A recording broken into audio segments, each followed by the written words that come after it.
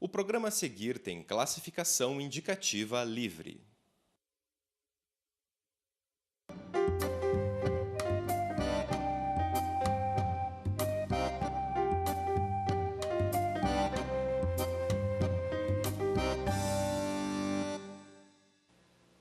Olá, estamos novamente com você no programa América Latina Viva. O programa América Latina Viva é um programa de entrevistas da Casa Latino-Americana em parceria com a TV da Universidade Federal do Paraná. O dia de hoje está reservado para uma reflexão, um debate, uma conversa sobre a questão da gestão local e a participação democrática. Para abordar este importante tema, temos uma convidada especial, a vereadora Josete Dubiaski da Silva, vereadora por Curitiba. Josete, é uma satisfação recebê-la no nosso programa para abordarmos essas questões da gestão local e participação democrática. Da mesma forma, agradeço o convite e espero que a nossa conversa seja bem proveitosa. Que bom. Josete, então, eu vou chamá-la assim, porque você é conhecida como professora Josete, nossa colega, né? Com certeza. Você tem uma história de vida bastante interessante, né? Eu acho que por ela você trilhou os caminhos que a conduziram à sua intervenção política, né? Nos últimos 3 mandatos, você tem os últimos 3 mandatos já como vereadora, e que atua em diversas áreas, diversos temas, né? Mas fundamentalmente na educação. Eu pergunto em que medida essa sua experiência de vida foi, digamos, pelo menos determinante ou condicionou, em grande medida, as suas escolhas no domínio da militância social e política. Realmente, eu acho que foi a porta de entrada, né, para a minha militância foi ser professora da Rede Municipal de Ensino, onde a gente convive com as crianças e os adolescentes da periferia da cidade. Né? Então, obviamente, que eu já tinha uma leitura mais crítica da sociedade, enfim, uma crítica em relação à desigualdade que é tão forte no nosso país.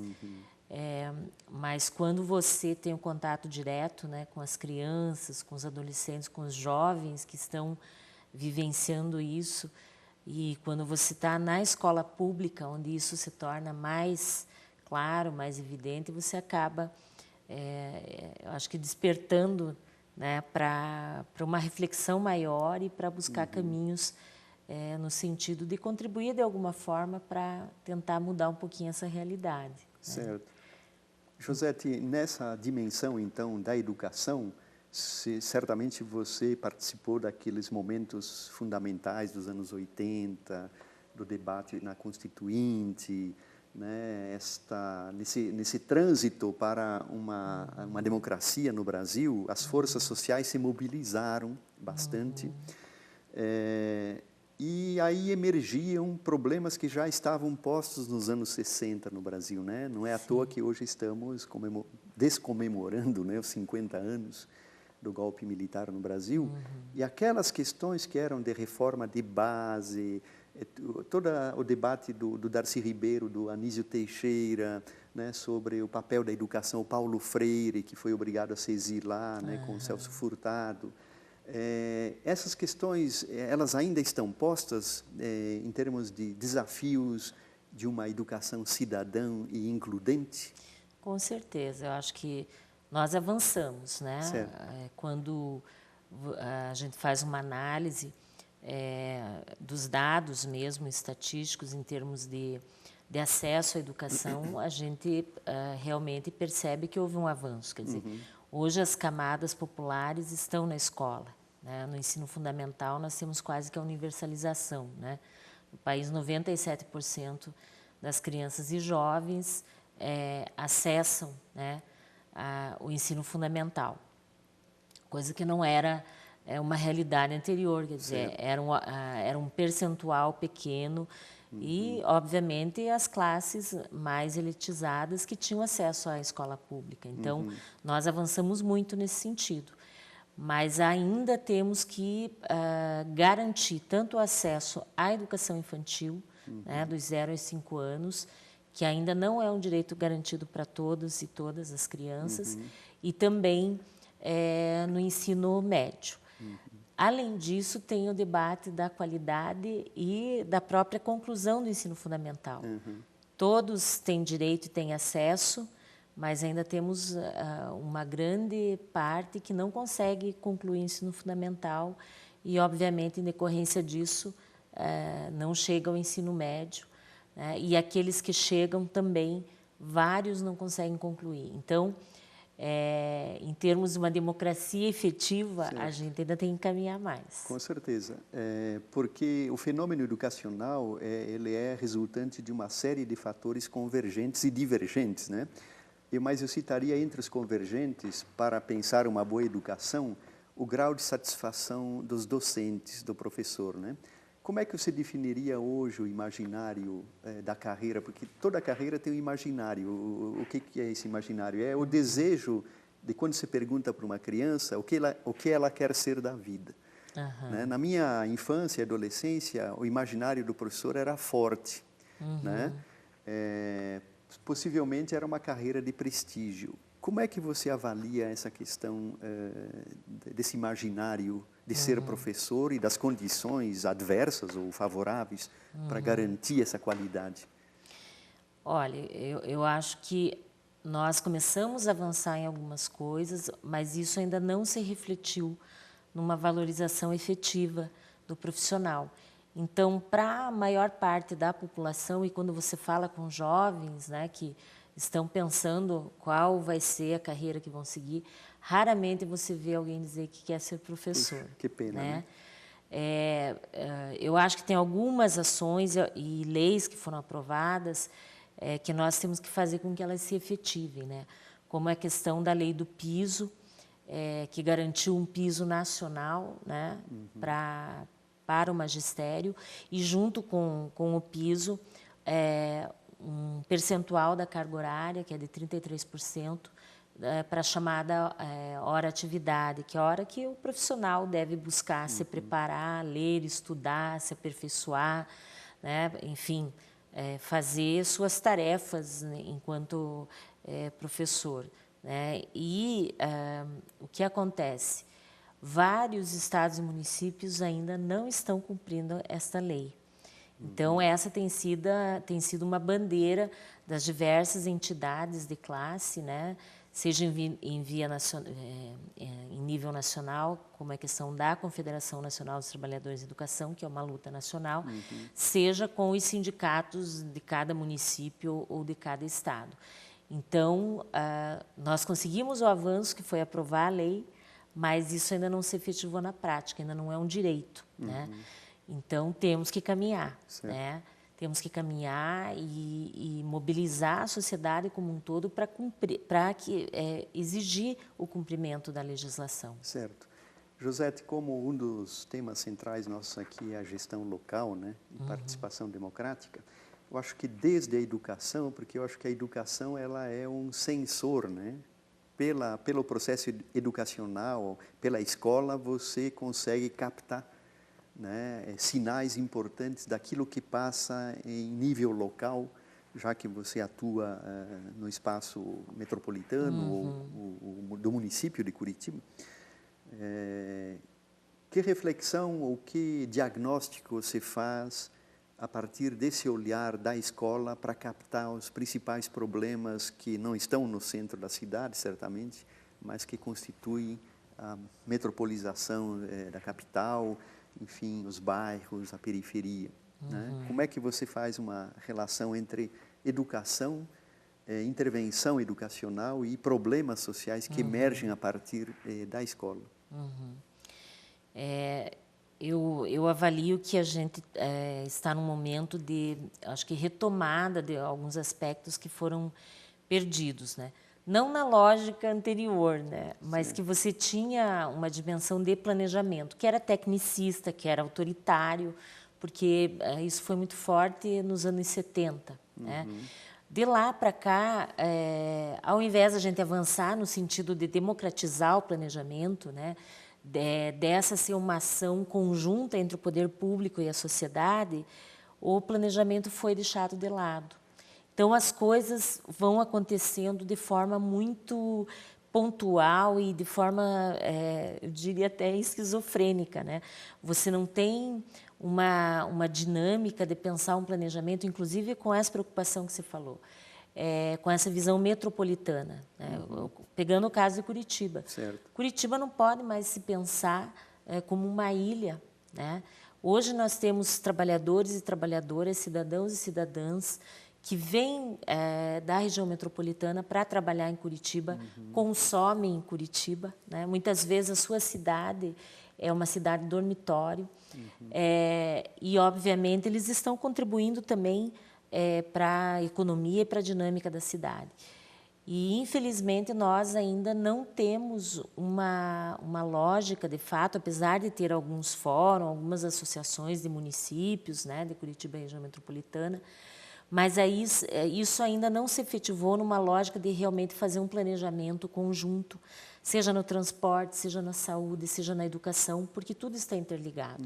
Seja no debate acerca da água, que é uma coisa muito presente, as pessoas achavam que esse tempo nunca ia chegar, a gente discutia a falta de água, e isso é um debate certamente metropolitano, né? Com certeza. Então, eu acredito que a gente tem que avançar muito nesse aspecto, né, de termos políticas públicas e termos até a sensibilização de quem está à frente das gestões, no sentido de pensar isso de forma articulada. Ok, José, eu acho que nós vamos aprofundar esse aspecto do envolvimento comunitário e da sociedade, mas logo após o nosso intervalo.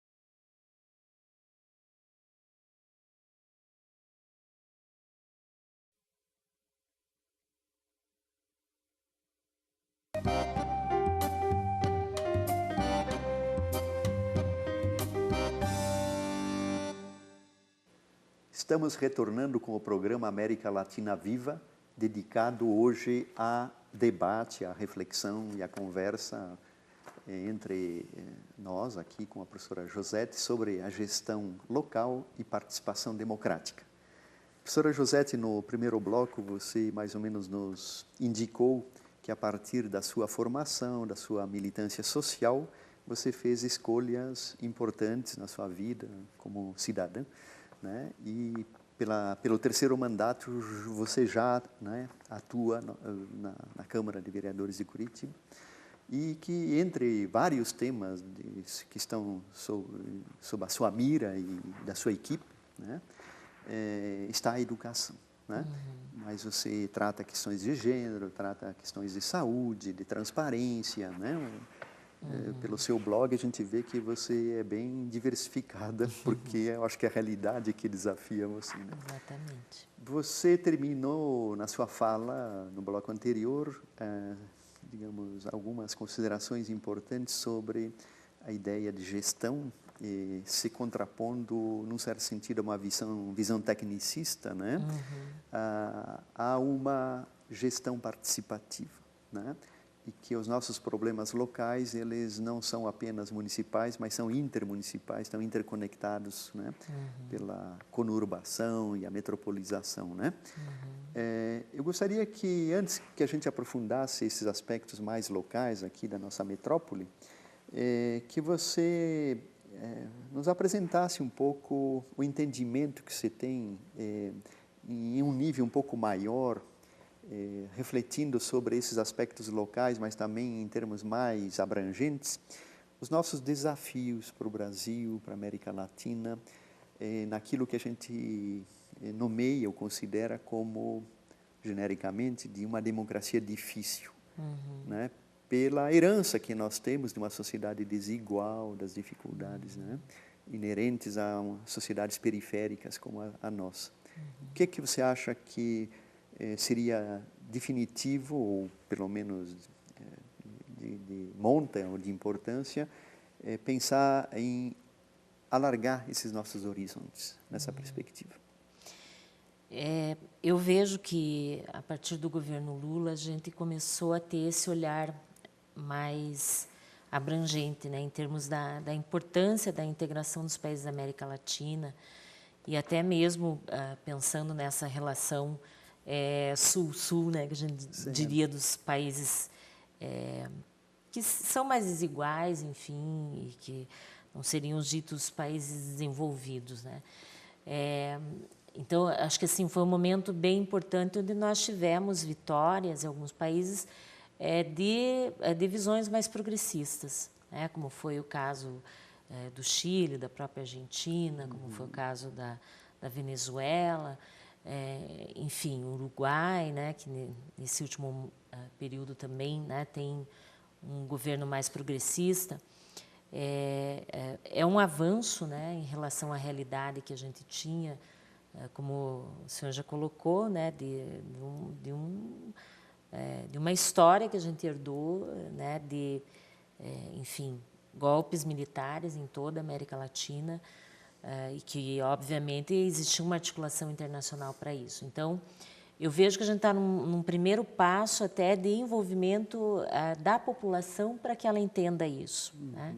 Então, quando a gente fala da descomemoração, a gente vê, inclusive, que como a gente tem que retomar essa história, porque os jovens de hoje eles não têm a dimensão do que foi a ditadura militar. É verdade. Né? Então, o que eu vejo, a gente avançou em alguns aspectos, mas eu acho que a gente precisa ter voltar mais o nosso olhar para o aprofundamento da democracia com a participação popular. Eu acho que isso ainda é muito limitado, né? E, óbvio, as coisas se constroem lentamente, não no ritmo que a gente gostaria, né? Então, apesar da gente ter avançado em governos mais progressistas, mas eu acho que a gente agora está começando a viver alguns exemplos de participação popular. Então, por exemplo, no Brasil se instituíram diversas conferências, né? Nas mais diversas áreas, conferência de educação, de saúde já existia, já era uma prática, mas continua, mas em áreas que antes a gente não tinha. Pense, nós, um país com 500 e tantos anos, nós nunca tínhamos tido uma conferência de educação nacional oficial, né? Tivemos a nossa conferência agora, há 3 anos atrás, a CONAI, né? Tivemos a conferência étnico-racial, conferência de mulheres, conferência das cidades, que eu acho que isso é muito importante, que é você fazer um debate da cidade como um espaço de convivência e pautando o direito do cidadão e da cidadã a usufruir da cidade, né? E então acho que essas conferências elas são exemplos de participação popular, mas que a gente ainda tem que fazer com que elas não fiquem restritas ao evento, mas que as deliberações delas elas se enraizem e possam se capilarizar para os estados e para os municípios no sentido de ter uma participação popular efetiva, né? Então, eu acho que esse é um aspecto que é positivo, mas que ainda é muito inicial. Assim como os conselhos, alguns são já mais antigos, como os conselhos de saúde. De saúde, pelo SUS lá, né? O SUS, enfim, né? Mas a partir de 88 começam a surgir novos conselhos e eu acho que isso se aprofundou mais no último período, a partir de 2003, 2004, mas os conselhos eles ainda têm um perfil muito governamental. Sim. A sociedade, quando vai participar, normalmente ela vai lá para chancelar o que o poder público está definindo. Então, nós temos que criar mais essa cultura de participação e do cidadão e das entidades entenderem que esses são espaços onde eles têm que intervir para que as políticas públicas avancem no sentido da democratização, da redução das desigualdades, né? Então, eu vejo que no Brasil a gente tem este caminho e vejo que a gente também em outros países tem experiências de conselhos que começam a funcionar em outros espaços semelhantes, né? Mas temos que avançar ainda. Certo. Eu acho que é muito importante esse seu diagnóstico, porque mostra que digamos, no lançamento das bases desse processo de avanços ou de ampliação dos espaços democráticos, isso é quase que impossível você depositar nessa ideia de representação toda a responsabilidade das escolhas sociais, dos projetos sociais. Ou seja, implica, então, a construção de uma rede muito sólida e densa de participação, sem a qual é muito difícil, né? Talvez isto, eu gostaria que você refletisse também sobre esse ponto, mostra um pouco a imagem que o político tem no Brasil. Em muitos casos é pertinente essa imagem, mas em outros não, né? Porque eu acho que a tendência é generalizar, né? A generalização é muito perigosa porque ela pode dizer, nenhum político presta, né? Eu acho que teria que entender isso dentro de um processo maior, de uma história da representação política, mas também daquilo ou naquilo em que os políticos estejam em condições de se modificar também. Né? E quando eu digo se modificar, não é só uma escolha subjetiva, mas a criação de mecanismos capazes de um controle social maior. Né? Com certeza. E também a diminuição de certos privilégios, né? Que os políticos têm. Né? E não sei qual é a sua visão que você tem sobre isso. Não, com certeza. Eu acho que a gente tem uma ação da mídia que ela acaba sendo negativa em alguns momentos, porque ela só repercute as coisas negativas. Então, citando um exemplo concreto aqui da Câmara, nós só temos repercussão quando é para fazer uma crítica ou algum projeto meio esdrúxulo, enfim, como teve a situação do Deroso, que eu acho que a mídia tem que fazer, tem que acompanhar, mas dificilmente vai se cobrir um seminário, um evento que está debatendo, ou seja, a questão do transporte, ou seja, a questão de direitos, enfim, que são coisas positivas que acontecem no parlamento e não é mostrado. Agora, eu acho que tem uma questão cultural mesmo, muito arraigada no brasileiro, que é de dizer que ele tem um representante ou ele tem alguém em que ele elegeu e, a partir daí, ele está livre, né, de acompanhar ou de intervir. E essa cultura a gente tem que mudar. Certo. E eu acredito que uma das questões centrais é uma reforma política do sistema político, não só da questão eleitoral, mas do sistema como um todo. Então, tem o plebiscito, que tem toda uma mobilização popular. Eu acho que esse é um caminho para a gente de consultas poder permanentes, construir, né, um novo sistema com a participação popular, né, que não seja algo debatido lá em cima no Congresso só por parlamentares, mas que a população se envolva, que ela entenda o que é o sistema político, como ele funciona e como ela pode estar participando, controlando e fiscalizando.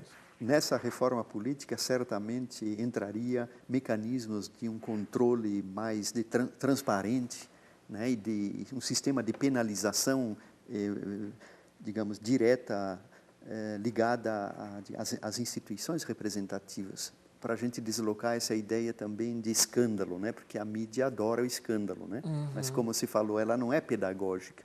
Né? Num certo sentido, ela é pedagógica ao denunciar, acho que uma imprensa democrática tem que fazer, mas ela não é pedagógica porque ela se locupleta em cima do escândalo. Isso. Né? E não traduz isso em ferramenta efetiva de análise política, de uma pedagogia do aprendizado. Exatamente, acho que fica só a questão do descrédito à classe política. E daí as pessoas não querem debater, não querem discutir. E, ao contrário, você tinha que colocar elementos para as pessoas se envolverem e acompanharem, porque você pergunta para qualquer cidadão ou cidadã, e não estou falando das pessoas de classes mais populares, que não têm acesso à informação, a gente fala das pessoas que têm acesso, instruídas, e que muitas não sabem dizer em quem votaram, né? Ou se votaram e elegeram aquele seu candidato, não acompanham o que ele está fazendo, né, enquanto parlamentar ou enquanto poder executivo. Então, eu acredito que a gente tem que avançar mais nisso. E quando a gente fala de uma reforma do sistema político, né, a gente tem que pensar em mecanismos tanto da questão eleitoral como do sistema como um todo. Então, mas basicamente eu acho que a gente tem que pensar em criar instrumentos para que a população possa controlar, fiscalizar, acompanhar, porque aí eu acho que as coisas começam a mudar, né?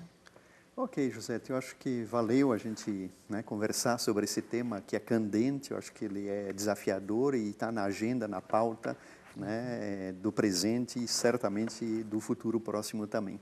Muito obrigado pela sua presença no nosso programa. América Latina Viva agradece, né, e espera você na próxima edição.